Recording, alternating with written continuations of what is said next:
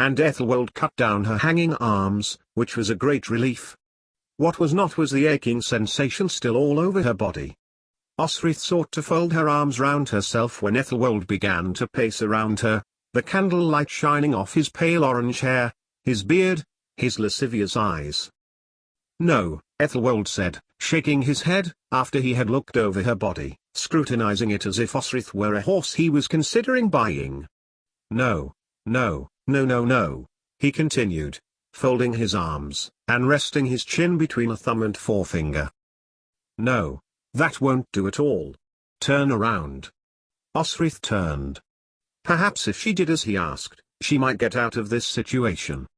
But another part of her mind told her that she was in deep trouble, and if he asked again and Osrith told him of the Britons, Allah would be hanged anyway. Instead, Osrith let Ethelwald touch her waist, and pull her tightly to him.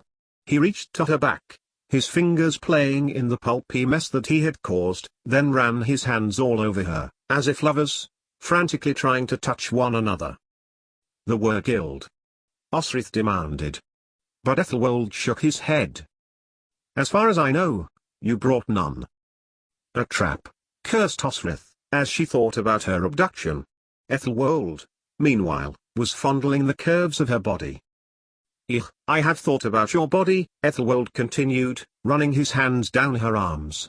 "Strong as a man, your muscles tight, your body firm." His voice trailed off and he stepped past Osrith. "Now, I wonder, what would you look like showing yourself off in a dress?" Osrith turned and watched Ethelwald walk over to a chest, which was by the wall of the windowless cell. Yes, Osrith noticed. Windowless, a chest, a wooden door set in between stone walls, damp, so below ground level. Osrith watched as Ethelwald shook out a dress, and Osrith inhaled. It was beautiful. Candlelight caught the fibers which glowed blue. Like Domhnall's cloak, Osrith thought, when he sat in splendor on his ancient oak throne at Iona, with the traitor Griogr by his side, Constantine and Domhnall flanking the other. She would rather be trying to outwit Griogr rather than Ethelwald, Osrith thought to herself. "Take off your clothes." "What?" Ethelwald's command came quietly, but with a streak of menace. "Take them off," he repeated. But Ethelwald was bearing down on her, the dress thrown onto the floor. "I said," he tore at her clothes, most of her shirt falling away after tearing under his earlier blows. When the ruined shirt was on the floor, Ethelwald stopped. Where he was expecting her breasts to be he found her bindings. Most had got shredded with the whip but, Osrith thought, they had absorbed a lot of its force. "Now then, that's not playing fair." And from his belt Ethelwald took a dagger. Osrith gasped as he pushed the blade by her stomach and cut away the cloth, rewarded with her breasts bobbing in front of him. She shivered as the heat from her body escaped into the room. Ethelwald smirked. He has a dagger, Osrith thought, in his belt. No sword. "Well now, that is much better, do you not think so, Lord Uhtred?" As Osrith strained to see whether her brother really was there, Ethelwald thumped her in the face. "Put it on." Ethelwald threw it to her and Osrith slipped it over her head and naked upper part of her body. It slipped over her breeches, it was too big for her, and her breasts floated inside the satin rather than the fabric envelope her figure, as it would do if it fitted. "Oh, my lady." Ethelwald bowed, mockingly, "May I take your hand?" He held out his hand. "I am to be king, soon, you know, I will need a queen." Osrith watched as he reached out, palm upturned while Osrith refused to move her arm. "Give me your hand," he demanded, but did not wait for her to comply. Instead he grabbed her wrist and forced her hand into his. "Take down your hair." Osrith pulled out Eric's jewel. She would not lose it, its point was still sharp. And it flowed to her shoulders. It had grown back paler, Osrith had noticed. The last time she had washed it the light from Ethelwald's candles reflected off it making her head shine. He approached her, looking at her head as if he had never seen hair before, then began to touch it as if it were fragile. And then she realized that Ethelwald's face was close to hers, his one eye searching hers. With the hand he still held, he pushed Osrith towards his eye. Touch it, he demanded. But Osrith recoiled. A hole in his head, because of his treachery. Treachery there on his face for all to see for the rest of your life. Then Osrith saw how she could turn this to her advantage. She placed her hand to his face, and smoothed his beard. What did you learn about the Danes when you were with them? Osrith asked. Did not Odin gain the knowledge of the wood when he lost one eye?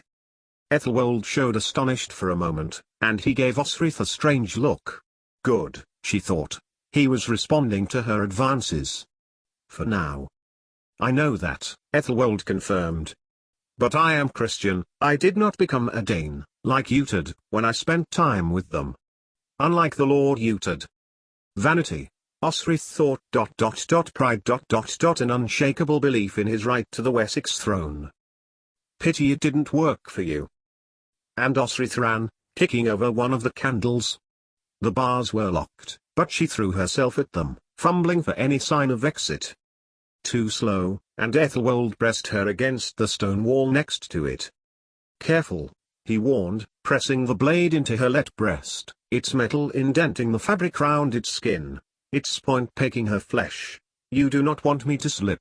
And, still holding her, Ethelwald maneuvered her to the bed, knife still pressed painfully to her breast. Touch it, I said, Ethelwald said, and Osrith reached for his empty eye socket. But he dragged her hand away, meaning something else, and she realized his breeches were open. He forced her hand down onto his cock, which had erupted from his breeches. Osrith looked down and he laughed. Expecting an acorn? Ethelwald sneered. On your knees.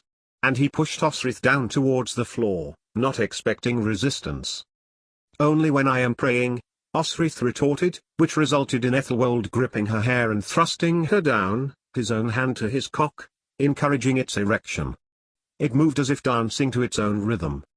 Good, good, he exclaimed, anticipating the feeling, but when Osrith got the shaft into her mouth, she bit, at the same time gathering his legs behind with her hands, knocked him to the ground. The knife fell away. Osrith scrambled to her feet. But Ethelwald had caught her hair, classic mistake, long hair in a battle, and pulled Osrith over, thumped her face, broken her nose, bleeding, pulled her to the bed with her hair and sought on her chest, then dangled his big cock into her mouth. It was suck or choke. It was hot, as Ethelwald worked his cock inside Osrith's mouth, and the fluid was tangy, and a panic overcame Osrith as a memory from long ago, 9 fingers spilling his in her mouth as the sun died. Then he pulled Osrith by the hair, down to her knees, where she finished sucking him off, but he restrained himself from coming, and backed away. Is this the only way you can get a woman? Osrith sneered. Rape? Or do you hump so infrequently you visit the sheep? To be fair, if she had been Ethelwald, she would have thumped her in the stomach too, and Osrith staggered back. Be compliant or I will tell Alfred you tried to bribe me with the silver to prevent me from telling him, he warned. Never suffer a witch to live. And Ethelwald backed Osrith onto his bed, rolling the blue dress up her body, tugged at her breeches, then threw them behind him. Yes, very good, he murmured, as he fingered her, pushing her legs wider to get the most of her around his digits. Osrith scrabbled back, but Ethelwald grabbed the dress, which tore, and Osrith scrambled up, watching Ethelwald eye her up, with an expression of anticipation on her face. Pushing Osrith flat on the bed, Ethelwald knelt astride her, and Osrith screamed as he tied her wrists with rope to the frame, her arms above her head, her flayed back taking all of her weight. The now, Ethelwald said, savoring her body. Lord Utad, my prisoner looks ripe for fucking. Do you wish to do the deed first? Then I can watch an expert at work. Osrith felt her face redden as she listened for a reply. When none came, however, he prized her knees apart. Osrith spat at him, and earned a slap about the face. Oh yes indeed, Ethelwald said, feeling her soft, cunt bumps. You are enjoying this, I knew you would. And with her dampness on his hand, Ethelwald reached for her face. Oh, look at you, warrior lady, he mocked. A scar on your cheek, how did you get that? And this ... he trailed his hand down her face, breast, stomach. She had got it in a prison not too dissimilar this. Griog. And here. Ethelwald touched her stomach. This is no body of a maid. Then suddenly, Ethelwald's hands were on her cunt again, trying her hole out for size with all of his fingers. Are you enjoying this? A voice came from beyond the cell. So he was there, Osrith thought, outraged. How dare he? Oh, I am, Ethelwald replied, withdrawing his hand, a fluid like uncooked egg white coating his fingers. He wiped it over her tits, gleefully, flicking first one nipple as he grabbed one breast, then worked on another.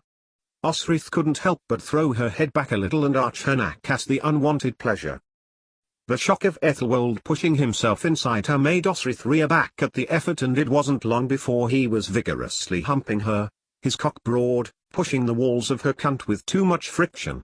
She wasn't ready, and it hurt. He knew it, because of the smirk on his face. Osrith turned her head away as she sought to think of something else. What could help her escape? Could she fight back enough? Ethelwald was slowing down now. He hadn't come, yet his cock remained stiff. Edward had learned to do that, hold off, then ride her hard and fast. He seemed to orgasm deep and long if he did that. Maybe Ethelwald was doing that. He seemed to be looking at her face, curiously, as if expected to find a certain expression upon it. Am I not appalling you? He asked. Clearly, 1,000,000 years has passed, for that is when you said I would hump you. And you don't appear to be learning your lesson, he added, as he wrenched her down the bed with her hips. He wanted her to cry, Osrith knew, but she would not. Even if she might, his enjoyment if her treatment of her kept her anger well in control of tears. Without warning, Ethelwald reached over to his knife, his slowly drooping cock dripping their pre-cum onto the flagstones. But the destroyed dress was in rags, preventing Osrith from coordination as he pulled her up, and she fell backwards onto the bed as Ethelwald crawled quickly over her, knife to her ribs, and blood trickled down her thorax, soaking onto her ruined dress. I learned a lot with the dames, he said, bringing his blood-stained hand to his lips as he worked her other nipple with his left hand until it stood pured from her breast, throbbing from Ethelwald's deliberate crushing of it between his fingers. Then took the knife, pushing it into the areola of her breast, twisting it into the flesh, then the other, laughing as Osrith screamed. Ethelwald clamped hand over mouth as he gouged out a portion of flesh, bending his head to lick the fluid from her body before throwing a handful of something onto her chest, some of the powder spraying into her mouth.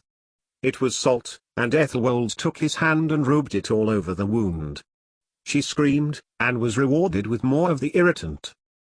The witch does not like that, Utad, mused Ethelwald. There was a faint tapping near the bars, but Utad, if he was actually there, said nothing. Osrith turned her head, nevertheless. Do you not see Lord Utad?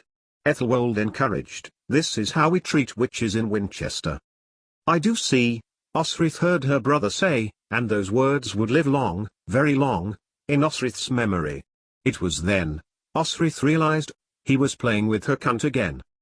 Relax and you might enjoy this, Ethelwald laughed. I have never had any complaints before. But Osrith did not relax. Instead, her foot caught his face and Ethelwald reeled. Saying nothing, Ethelwald kicked her back, before beating her around the face and punching her in the stomach. Then brought his hands to her throat. He was going to kill her. Osrith fought under his weight, kicking and flailing as both hands pressed on her neck.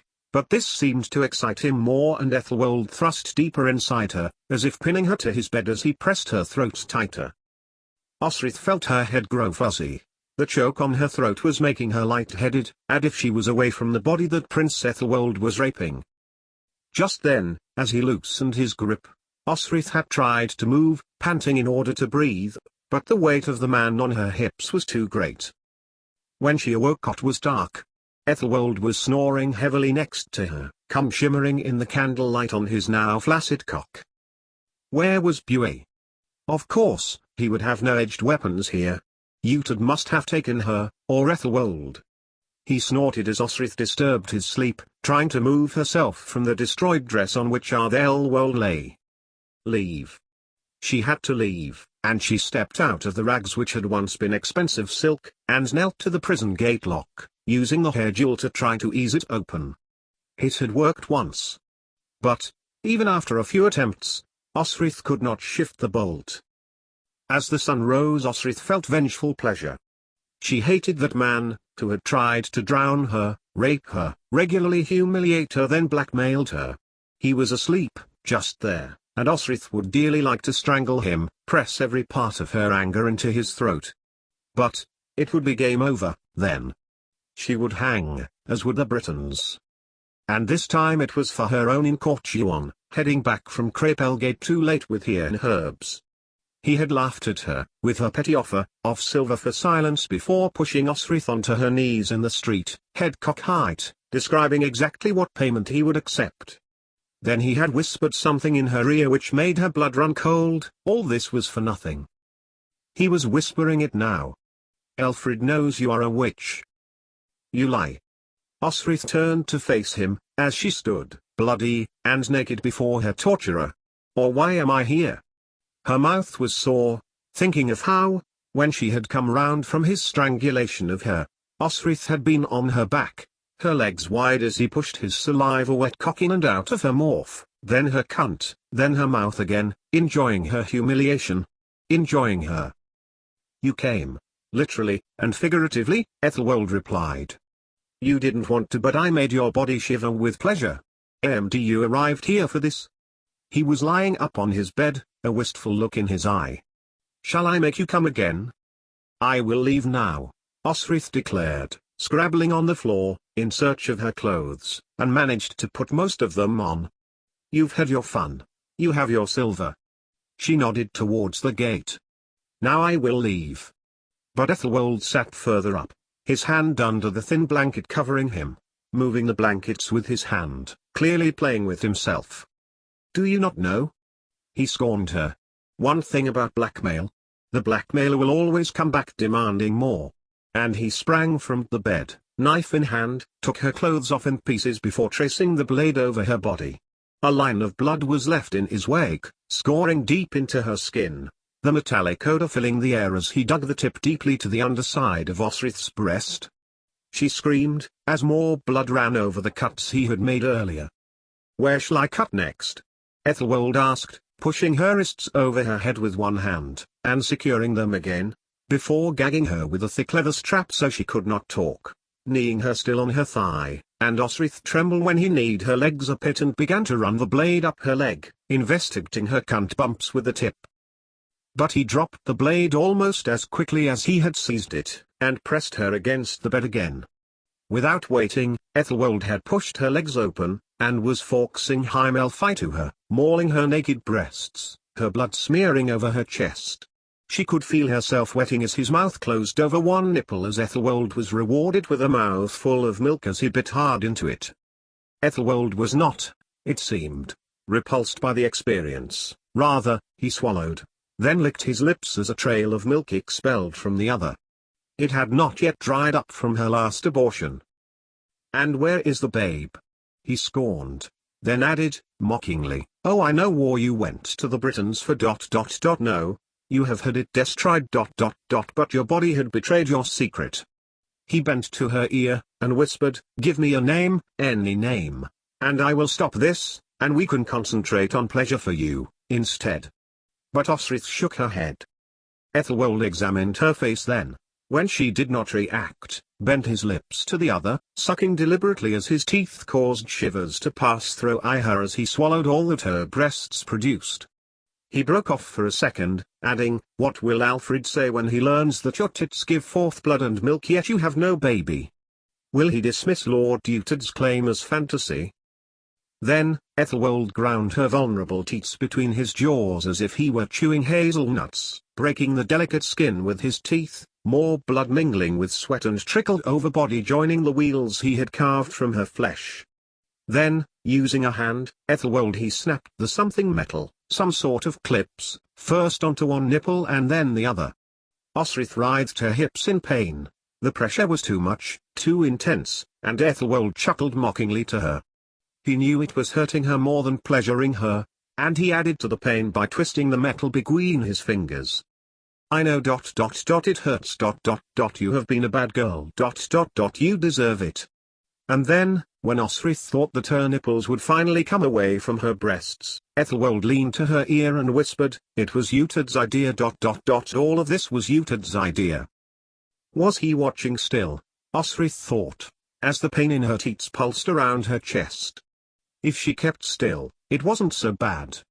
But her complacency was a mistake as Ethelwald went down between her legs, finding her clitoris, with his tongue and rubbing it up and down, before grinding it his teeth.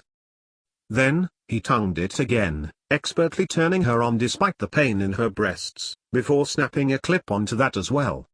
Osrith arched her back, as pain and pleasure competed for her attention. She did not want to enjoy it. She had chosen to be with Finan, chosen, to some extent to be with Edward, and even Constantine. But this was torture.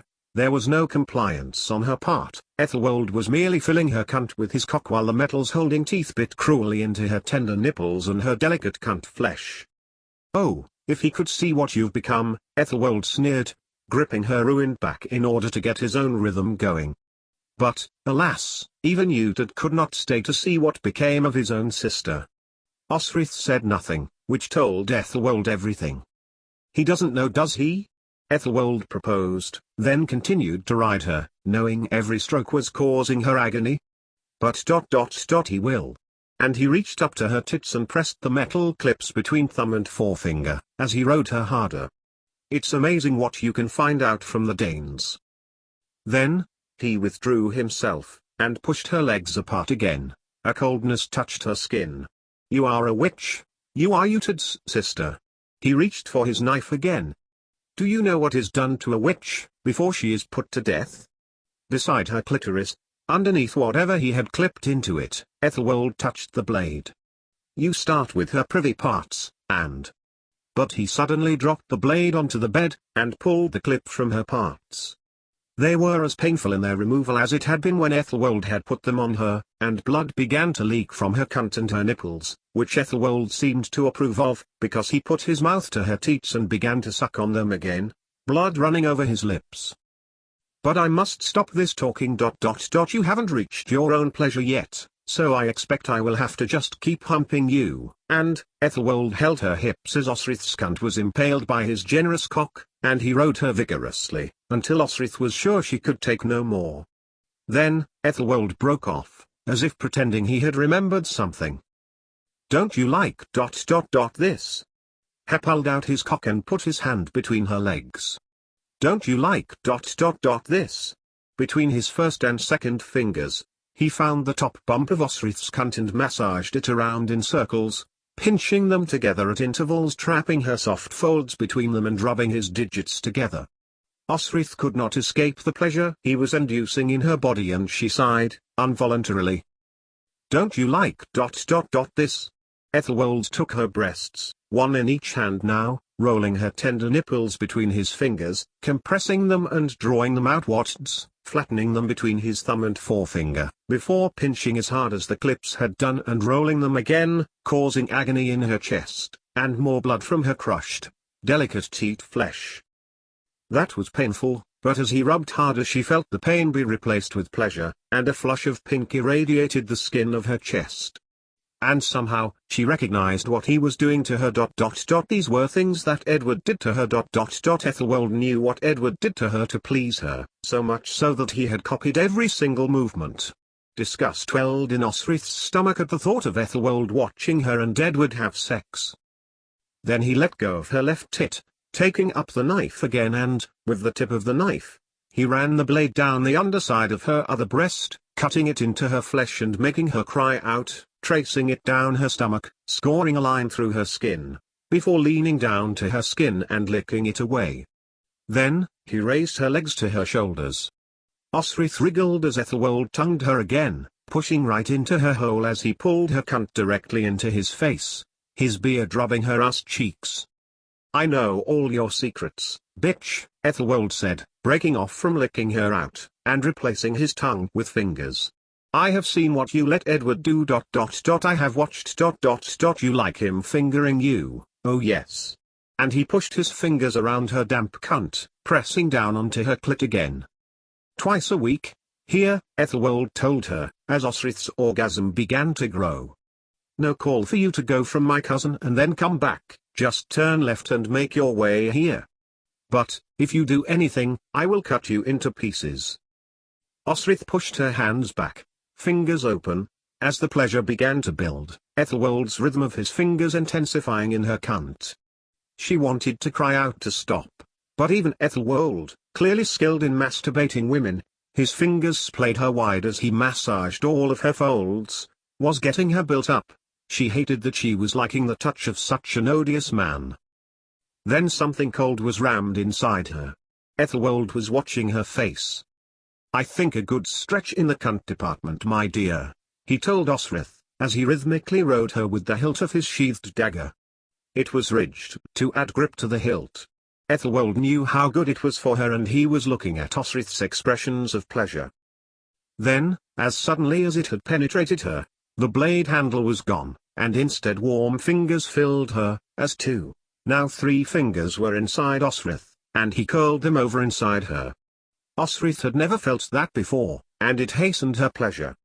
Ethelwald was really building her up now, as he used 2 fingers at her cunt to push inside, while the other 2 caught her clitoris between them, and as he was riding his fingers in her, he was pulling her clitoris was away.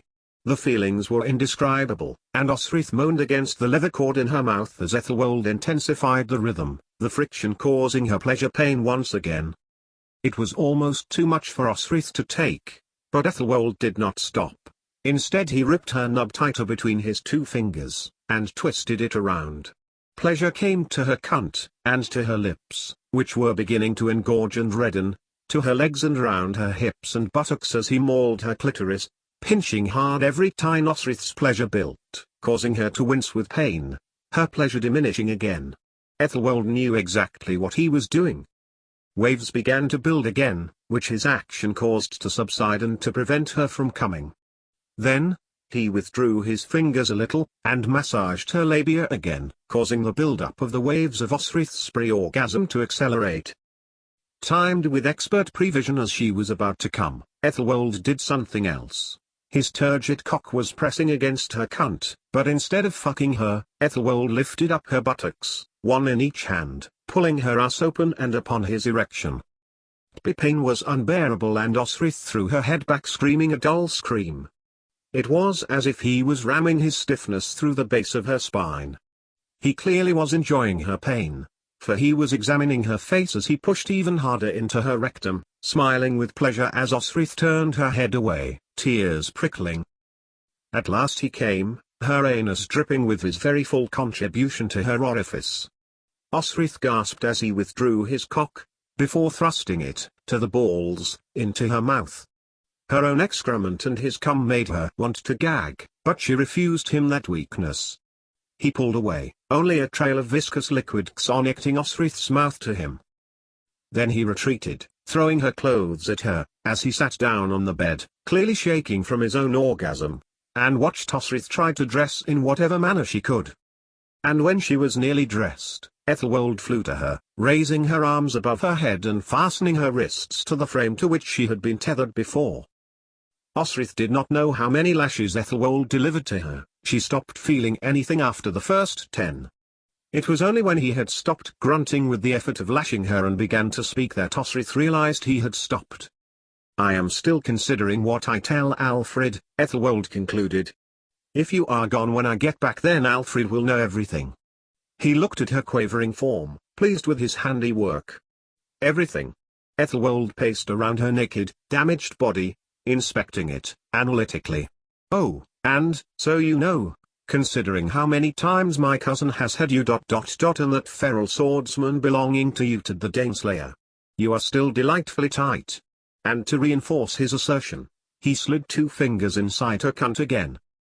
Then, when he put his fingers covered in her wetness to his own lips, he pulled Osrith closer.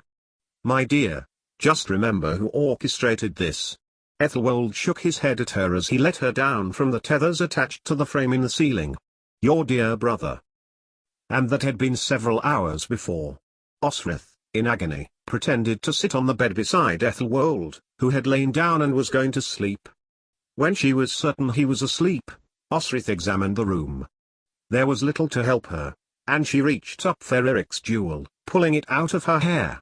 After several minutes, and about to give up, Osrith heard a click in the mechanism, and gate swung open. Not wishing to dwell in her luck, Osrith found her boots and slipped them on, but her clothes, which were in pieces, would never be on her body again. That was when she spied Ethelwold's cloak. It was her only option, though a revolting one, and Osrith slipped it gingerly over her body. It would have to do. There didn't seem to be anyone about, and Osrith stepped silently out of the cell, pushing the gate closed, and securing it again. But, to her astonishment, however, there was indeed someone, and when Osrith stepped across, she saw that the man was drunk, a bottle of spirits and a jug of ale beside him. It was Uhtred. He lay with his head on his folded arms, clearly drunk. Up until then, Osrith had hardly considered, truly, that everything Ethelwold had done to her had been planned by her brother. But he was there, entertained all night, by her torture and rape, enjoying himself with booze. It was a cold rage that flowed through Osrith now, and she picked up a spear from the wall, plunging it deep into Uhtred's left hand and pinning him to the table. Uhtred woke up, drink-mazed, but in agony, and roared in pain, which made Ethelwold, now imprisoned in his own cell, fall off his bed, before scrabbling to his feet. "I will find you, and kill you, Uhtred of Bibbenberg," Osrith shouted, at his head, "and the world will be better for it." Then, taking up the silver she had brought with her, which Ethelwold had denied existed, Osrith ran, out of the cells, out of the armory, into the courtyard and beyond the outer limits of the palace, and did not stop until she had got to the Krapel gate door. She would kill him, one day, Osrith promised, before falling down at Olathe Healer's door.